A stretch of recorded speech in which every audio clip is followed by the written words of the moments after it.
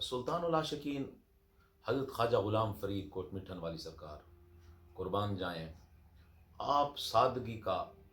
پیکر تھے اور محبتوں کا بحر بے کرام تھے، بہت بڑے زمیندار تھے، لیکن قربان جائیں عشق و مستی کے اندر ایسے ڈوبے تھے حضور رحمت للعالمین صلی اللہ علیہ وآلہ وسلم کے کہ آپ مدینہ شریف میں نماز پڑھ رہے تھے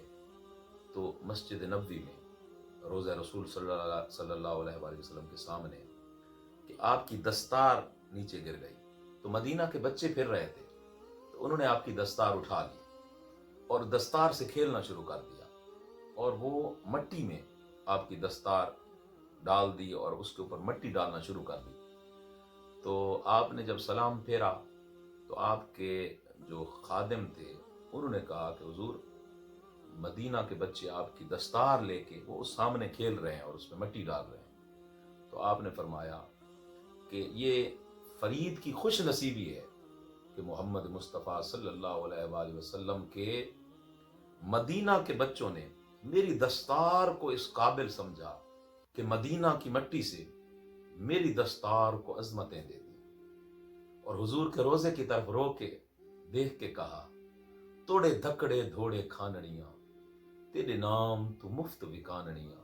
تیری باندیا دی میں باندڑیاں ہم درد کتیاں نال ادب۔ کہا کہ خادم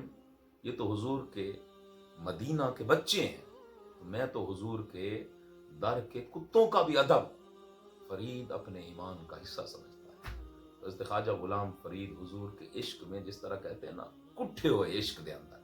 ایسی آپ کی کیفیت تھی، اور آج بھی